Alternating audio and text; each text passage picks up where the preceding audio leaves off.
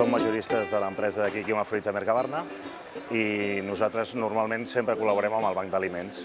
El motiu, són una empresa bastant sèria, són molt professionals i llavors sabem que sempre el gènere que portem nosaltres amb ells sempre arriba a destí. Llavors nosaltres, depenent de la venda, del volum de ventes que hi hagi o del que quedi de l'estocatge, llavors sempre ens posem en contacte amb el Banc d'Aliments i llavors els oferim el que nosaltres tenim, sigui verdura, sigui alguna fruita, perquè hagi vingut en mal estat, perquè tingui algun cop o per l'estocatge que s'hagi quedat enreterit. Los toreros, por regla general, son todos de los paradistas o proveedores que nos sirven. Y hay algunos que igual no disponen, pero es un servicio que hay aquí dentro, lo alquilan, pero al Banco de Alimentos nos viene totalmente sin coste ninguno. Es una donación desinteresada, lo cual agradecemos. La resposta dels majoristes és molt bona des de bon principi. Vull dir, en un principi una quarantena d'empreses van començar. En l'actualitat són més de 100 empreses que donen i donen d'una manera regular i això fa que el centre del Banc d'Aliments sempre tingui productes per poder repartir.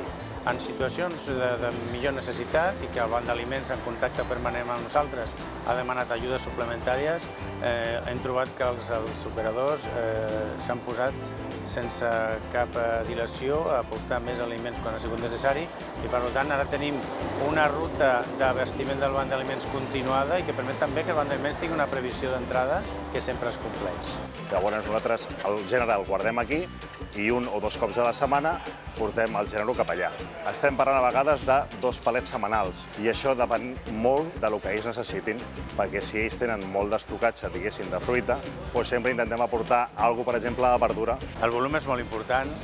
És un volum que en les primeres instal·lacions ja fa molts anys, el 2002, quan van començar les primeres instal·lacions del Banc d'Aliments, va anar incrementant-se per la incorporació d'empreses i va arribar un moment en què estaven ja a més de 500.000 quilos l'any, que és quan les pròpies instal·lacions denotaven que estaven ja molt apretades. Hi havia una necessitat d'una major zona de triatge, hi havia una necessitat de contemplar el tema del fred i per tant el que vam fer és, d'acord amb el Banc d'Aliments, Mercabarna va fer una nova inversió, va quasi bé duplicar les instal·lacions del Banc d'Aliments i en aquell moment s'ha produït que els 3-4 darrers anys vam passar d'aquests 500.000 quilos a més d'1.300.000 quilos.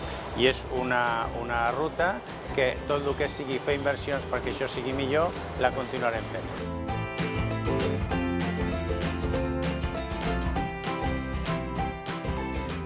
Nos vienen entrando alrededor de entre 8 a 10.000 kilos diarios. Igual que entran, salen. Tiene una salida, aquí tiene una periodicidad de unas 24 horas máximo, pero suelen salir bien. Nos viene una media de 10 o 12 entidades diarias y esto todo vienen y no saben lo que se van a llevar. Saben que siempre hay producto, hay una variedad entre 10 a 15. Una diversidad bastante buena y siempre producto fresco y de calidad.